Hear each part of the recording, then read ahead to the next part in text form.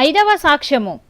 పాపం వలన వచ్చు జీతము మరణము, అయితే దేవుని కృపావరము మన ప్రభువైన యేసుక్రీస్తునందు నిత్యజీవము అని దేవుని వాక్యము చెబుతున్నది. రోమా 6వ అధ్యాయం 23వ వచనం.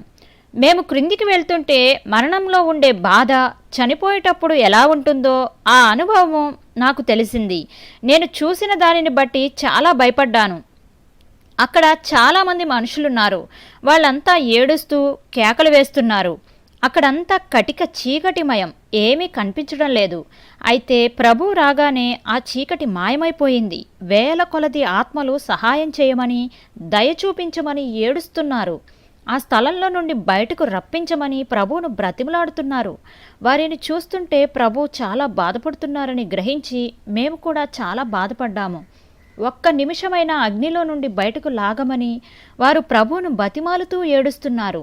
బయటకు రావాలని ఎందుకు అనుకుంటున్నారు అని ప్రభు వారిని అడిగేవారు. నేను రక్షణ పొందాలని ఆశపడుతున్నాను, నేను పశ్చాత్తాపడి రక్షణ పొందాలనుకుంటున్నాను.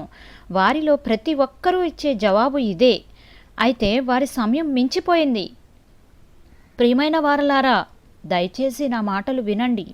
నిత్యమైన గమ్యాన్ని, నిత్య రాజ్యాన్ని కోరుకోవడానికి మనకు ఇంకా అవకాశం ఉంది. నువ్వు నిత్యమైన రక్షణైనా కోరుకోవచ్చు, లేదా నిత్య శిక్షణైనా కోరుకోవచ్చు. మేము నడుస్తూ ఇంకా కిందికి వెళ్ళాము. అగ్ని చేత ఆ నేలంతా నాశనం చేయబడింది. బురద, మంటలు బయటకు ఎగిసి వస్తున్నాయి. ఒక రకమైన దుర్వాసనతో ఆ స్థలమంతా నిండిపోయింది.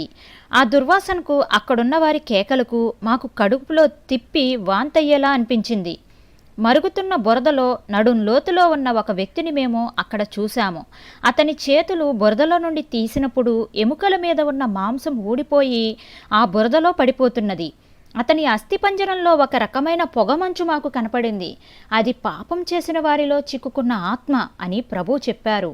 వారి బాధా సంబంధమైన పొగ యుగయుగములు లేచును. ప్రకటన 14వ అధ్యాయం 11వ వచనం అని వ్రాయబడి ఉంది.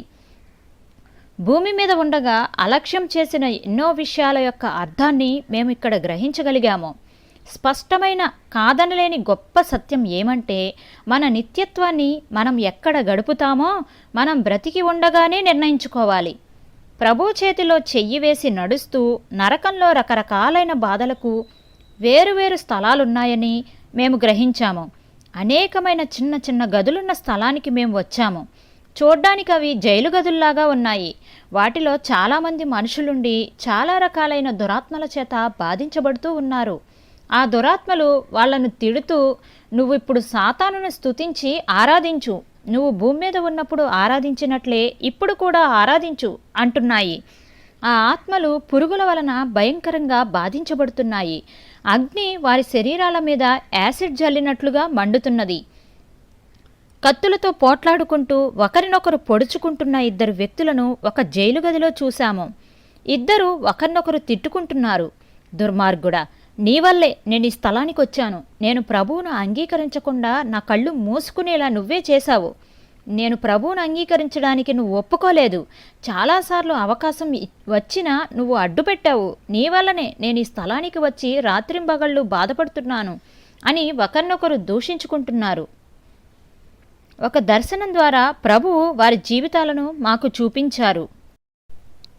వారిద్దరూ ఒక సారా దుకాణంలో కనిపిస్తున్నారు. అప్పటికే వారు విపరీతంగా త్రాగి ఉన్నారు. ఒక విషయంలో వారిద్దరికీ వాదం వచ్చి అది గొడవకు దారితీసింది. ఆ ఇద్దరిలో ఒకడు పగిలిపోయిన సారా తీసుకుంటే మరొకడు కత్తి తీశాడు. చచ్చిపోయే వరకు ఇద్దరు పోట్లాడుకుని చివరకు చనిపోయారు. అదే సంఘటనను వారు ఇక్కడ మళ్ళీ మళ్ళీ చేస్తున్నారు. వారు బ్రతికి ఉన్నప్పుడు చాలా సన్నిహిత మిత్రులు, అన్నతమ్ముల్లాగా కలిసిమెలిసి ఉండేవారు. ఆ విషయం గుర్తు వచ్చినప్పుడల్లా వారికి బాధ రెట్టింపయ్యేది. మీకొక ఖచ్చితమైన విషయాన్ని చెప్తున్నాను. నిజమైన స్నేహితుడు ఒకే ఒక్కరున్నారు. ఆయనే నజరేయుడైన యేసు. ఆయన నమ్మదగిన నిజమైన స్నేహితుడు. నీతో ప్రతిక్షణం ఉండేవాడు ఆయనే. మేము అలా నడుస్తూ ఉండగా మరొక గదిలో ఒక స్త్రీని చూశాను. ఆమె బురదలో దొర్లుతున్నది. ఆమె జుట్టంతా మట్టితో అట్టకట్టుకుపోయాయి. ఆ గదిలోనే ఒక పెద్ద పాము ఉంది. అది ఆమె దగ్గరకు వచ్చి ఆమెను చుట్టుకుని ఆమె క్రింది అవయవము ద్వారా ఆమె శరీరంలోనికి వెళుతున్నది. ఆ స్థలంలో జారత్వం చేసిన స్త్రీలు పురుషులు ఉన్నారు. వారు బ్రతికి ఉండగా చేసిన జార కార్యాలే ఇప్పుడు పదే పదే వారికిష్టము లేకపోయినా చెయ్యవలసి వస్తున్నది. అయితే నరకంలో ఆ జారత్వము 6 అంగుళాల పొడవైన ముళ్ళు శరీరం నిండా ఉన్న పాములతో చెయ్యవలసి వస్తున్నది. ఆ పాము ఆమె శరీరంలోకి వెళ్ళినప్పుడెల్లా ఆ భాగమంతా ఛిద్రమైపోతున్నది. ఆమె ప్రభువును చూసి ఆ పామును ఆపు చేయమని బ్రతిమాలింది. ఆమె ఇంకా ఆ బాధ భరించలేకపోతున్నది. ప్రభువా, దయచేసి ఆపు చెయ్యి, ఇంకెప్పుడు ఈ తప్పు చెయ్యను, దయచేసి ఆపు చెయ్యి ప్రభువా అంటూ ఆమె ప్రభువును బతిమాలుతున్నది. ఆ పాము మళ్ళీ మళ్ళీ ఆమె శరీరంలోకి ప్రవేశించి ఆమెను విపరీతంగా బాధ పెడుతున్నది. ఆమె కేకలు వినబడకుండా మేము చెవులు మూసుకున్నప్పటికీ ఆమె కేకలు మాకు వినబడుతూనే ఉన్నాయి. మేము మరింత గట్టిగా మా చెవులు మూసుకున్నాము, కానీ దానివలన ఫలితం మాత్రం కనబడడం లేదు. మేము ఇంక భరించలేక, ప్రభువా, మేము ఇలాంటి దృశ్యాలను చూడలేకపోతున్నాము, దయచేసి మాకు చూపించవద్దు ప్రభువా అన్నాము. మీరు వెళ్ళి ఇతరులకు నరకాన్ని గురించిన సత్యాలు ఇతరులకు చెప్పాలంటే ఇవన్నీ మీకు చూడక తప్పదు అని ప్రభు అన్నారు. నా ప్రజలకు నిజమైన సువార్త అందడం లేదు, నిజమైన రక్షణ, ఆ రక్షణ ఎలా పొందాలి అనేది వారికి తెలియడం లేదు అని ప్రభు చెప్పారు. మేము అలా ముందుకు వెళుతూ ఉండగా ఒక మహాసరస్సులో మంటలు చెలరేగుతున్నాయి. లక్షల కొద్దీ మనుషులు దానిలో ఉన్నారు. వాళ్ళు చేతులు చాపి సహాయం కోసం అడుగుతున్నారు, కానీ వారికి పైగా చాలా దురాత్మలు ఎగురుతూ కనిపించాయి. ఆ దురాత్మలు వాళ్లను హేళన చేస్తూ తిడుతున్నాయి.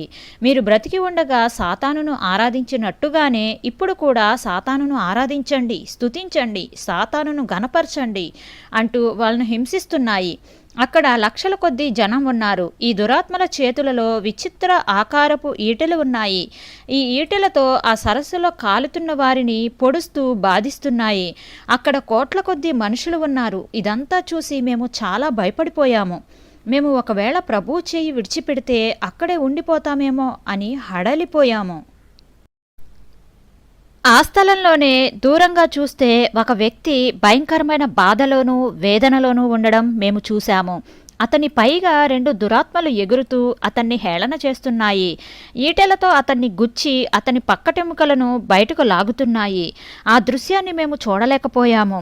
తను పడుతున్న ఈ బాధలకు తోడు అతడు భూమి మీద విడిచిపెట్టి వచ్చిన తన కుటుంబాన్ని గూర్చి మరి ఎక్కువగా వేదన పడుతున్నాడు.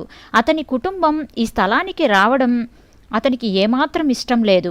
ఈ రక్షణ సువార్త వినే అవకాశం ఒక్కసారి అతని కుటుంబం అంతటికీ కలిగింది. అయితే అతడు దానిని అలక్ష్యం చేశాడు. ఇప్పుడు నరకంలో తన కుమారుల కొరకు, తన భార్య కొరకు చింతపడుతున్నాడు. మేము చూస్తుండగానే ఆ దురాత్మలు అతని చేతులను నరికివేశాయి. అతడు ఆ బురదలో పడిపోయాడు. కాలిపోతున్న ఆ బురదలో బాధ భరించలేక పురుగులాగా అటూ ఇటూ దొర్లుతున్నాడు. ఆ బురద వేడికి అతని వంటి మీద మాంసం కరిగిపోయి ఊడిపోతున్నది. పాములాగా మెలికలు తిరుగుతూ అక్కడి నుండి తప్పించుకోవాలని ప్రయత్నిస్తున్నాడు. అతడు బయటకు రావాలని ప్రయత్నించిన ప్రతిసారి ఆ దురాత్మలు అతన్ని మళ్ళీ లోపలికి తోసేస్తున్నాయి. తప్పించుకునే మార్గం లేక మరింత లోతుగా బురదలోనికి కూరుకుపోయాడు. ఒక చోట చాలా దురాత్మలు గుంపుగా కనబడ్డాయి. వాటిలో ఒక దురాత్మకు ఒక రెక్క లేదు. నాకు కొంచెం విచిత్రంగా అనిపించి ఆ విషయం నేను ప్రభువుని అడిగాను. ప్రభువా, ఈ దురాత్మకు ఒక్క రెక్కే ఉంది, ఎందుకు ఉన్నది అని ప్రశ్నించాను. దురాత్మ ఒక ప్రత్యేకమైన పని మీద భూమి మీదకు పంపబడింది. అయితే అది తను వచ్చిన పనిని నెరవేర్చలేకపోయింది. ఒక దేవుని సేవకుడు మరలా దానిని నరకానికి పంపించేశాడు. సాతాను వచ్చి దానికి శిక్ష విధించి ఒక రెక్క కత్తిరించేశాడు అని ప్రభువు చెప్పారు. క్రైస్తవులమైన మనకు దేవుడు ఎంత గొప్ప అధికారాన్ని ఇచ్చాడో అప్పుడు నాకు అర్థమయ్యింది. ఈ విషయాలను చదువుతున్న స్నేహితులారా, ఈ సాక్ష్యము తీర్పు కొరకు కాదుగాని రక్షణ కొరకు ఇవ్వబడింది. దేవుని ఎదుట మీ హృదయం ఎలా ఉందో ఒక్కసారి పరీక్షించుకోండి.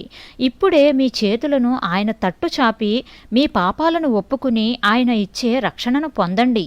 ఒకవేళ ప్రభువు ఈ దినమే వచ్చేస్తే మీరు ఆ వేదనకరమైన స్థలానికి, ఏడ్పు పండ్లు కొరుకుట ఉండే ఆ స్థలానికి వెళ్లకుండా ప్రభువు కల్వరి శిలువలో ఎందుకు అంత గొప్ప విల చెల్లించాడో నరకంలో అర్థమవుతుంది. తాము నరకానికి ఎందుకు వచ్చామో కూడా తెలియని అనేకులను మేము అక్కడ చూశాము.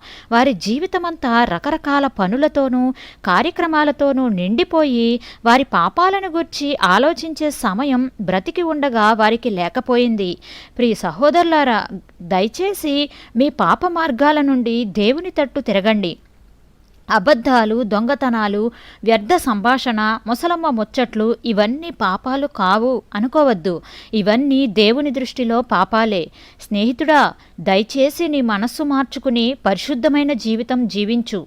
నీ పాప జీవితం విడిచిపెట్టి దేవుని వైపు తిరుగుతావని ఆశతో ఈ వర్తమానం నీకు తెలియచేస్తున్నాను. ఆమెన్.